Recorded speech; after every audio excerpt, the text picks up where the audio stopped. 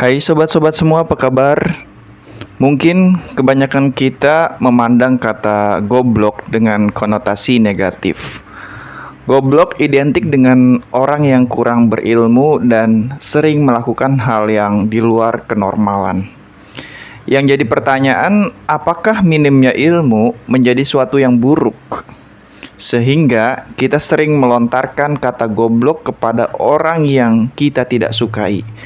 Tapi kalau dipikir-pikir lagi, menjadi orang goblok itu menjadi keasyikan sendiri, yang mana orang pintar sekalipun tidak bisa melakukannya. Apa saja sih enaknya jadi orang goblok? Check it out.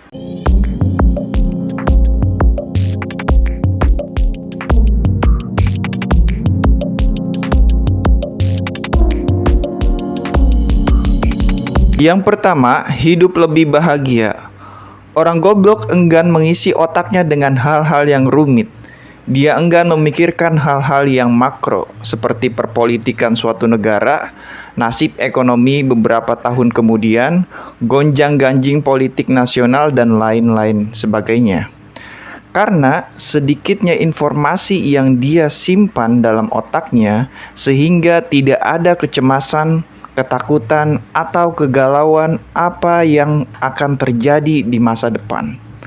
Karena baginya, negara sudah diurus oleh pejabat, agama sudah diurus oleh agamawan, sains sudah difikirkan oleh ilmuwan. Jadi, dia sudah mempercayakan semua hal kepada ahlinya. Sedangkan dia sadar betul dirinya bukan ahli, ya akhirnya dia cukup memanfaatkan apa yang sudah ada. Dia cenderung masa bodoh dengan apa yang terjadi.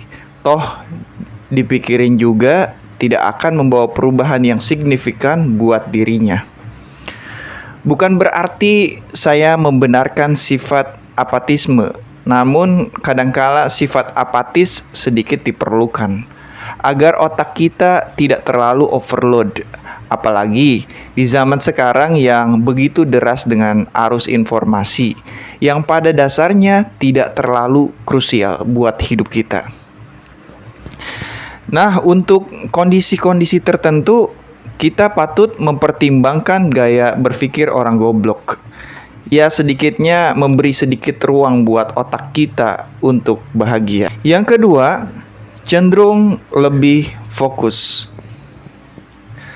Berbeda dengan orang pintar yang memiliki banyak pilihan dalam hidupnya, orang goblok tidak punya banyak pilihan, bahkan dipaksa untuk memilih satu pilihan saja.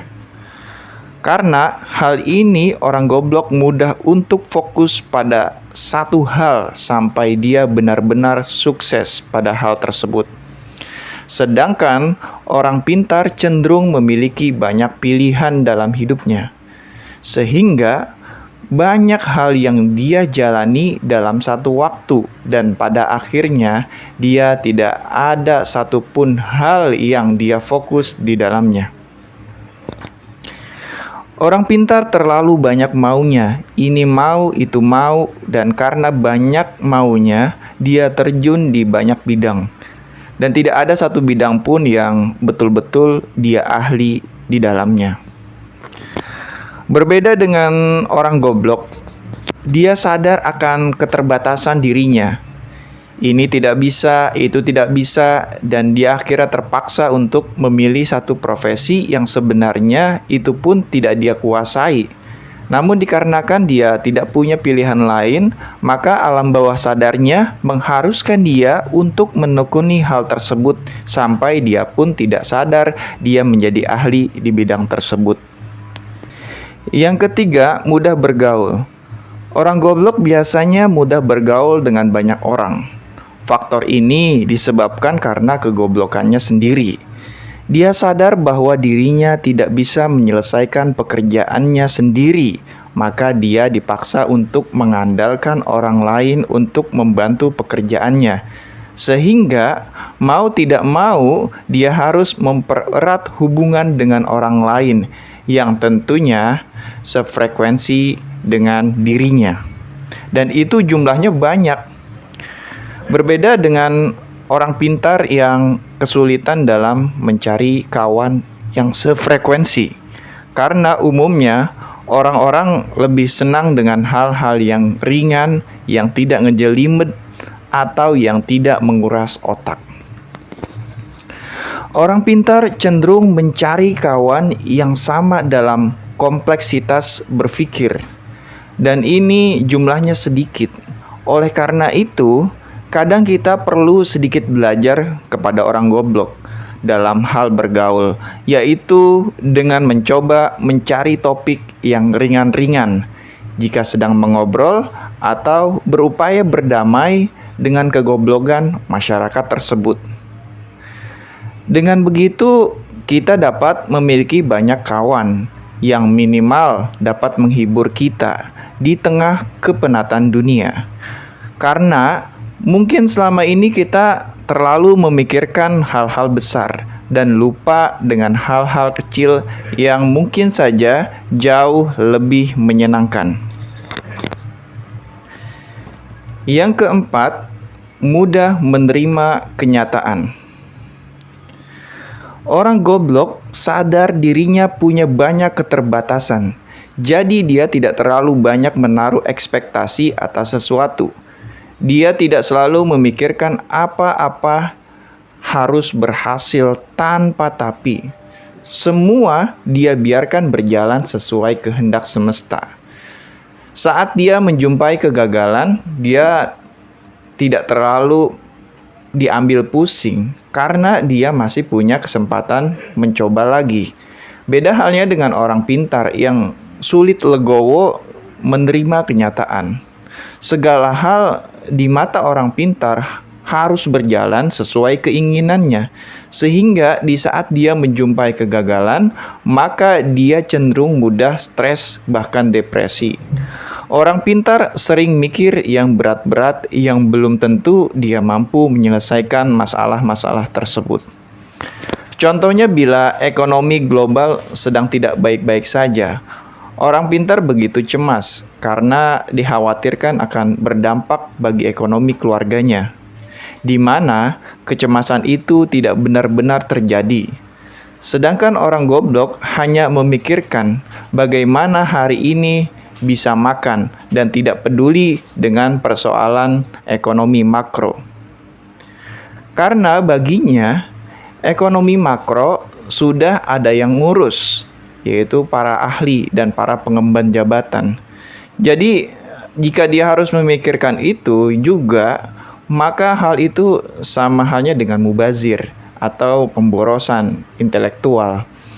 Baginya, orang pintar selalu mengada-ngada sesuatu yang sebenarnya tidak ada. Sedangkan orang goblok lebih fokus pada hal yang ada di depan matanya yang baginya lebih krusial daripada ngurusin hal yang memang sudah ada yang ngurus. Yang kelima, lebih cepat menyelesaikan masalah.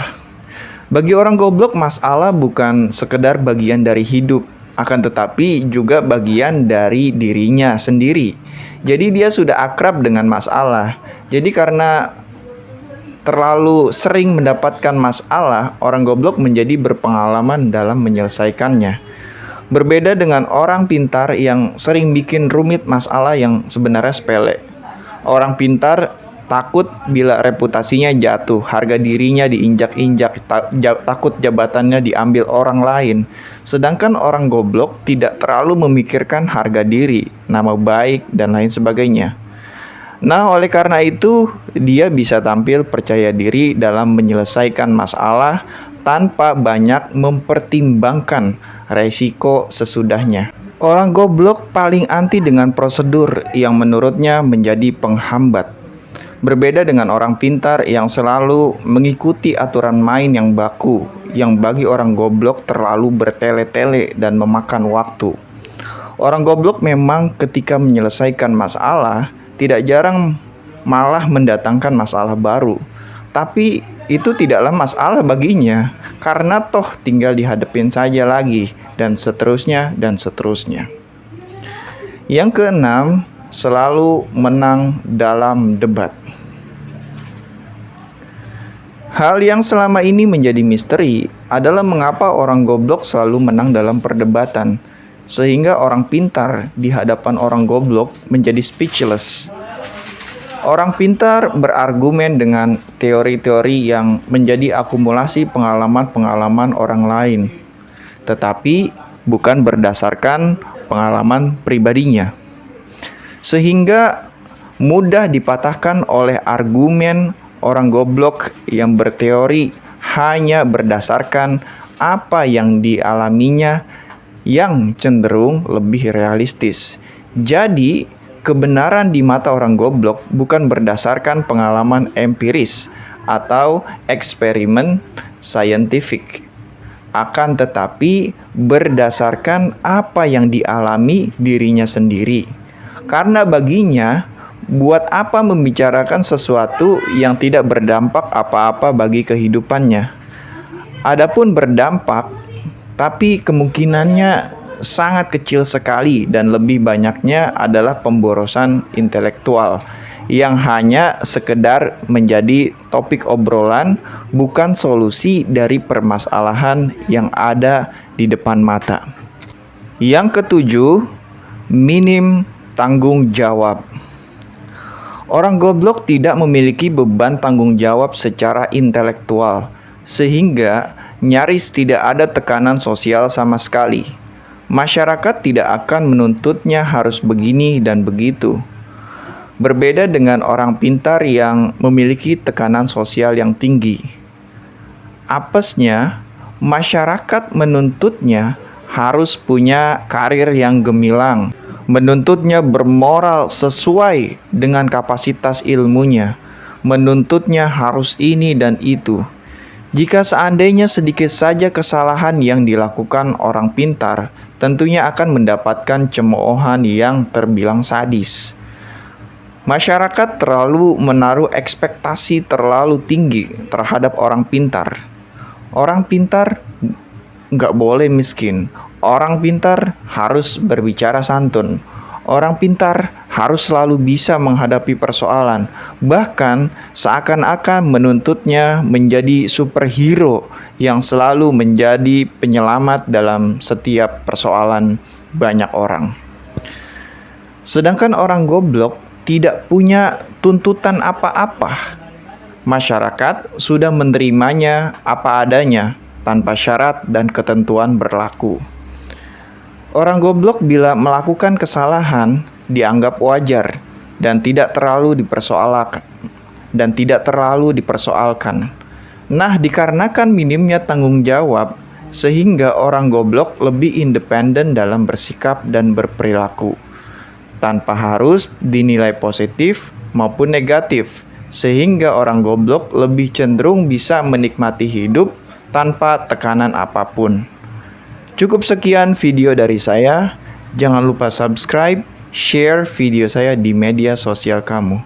Saya Codeteo, sampai ketemu di video selanjutnya. Terima kasih.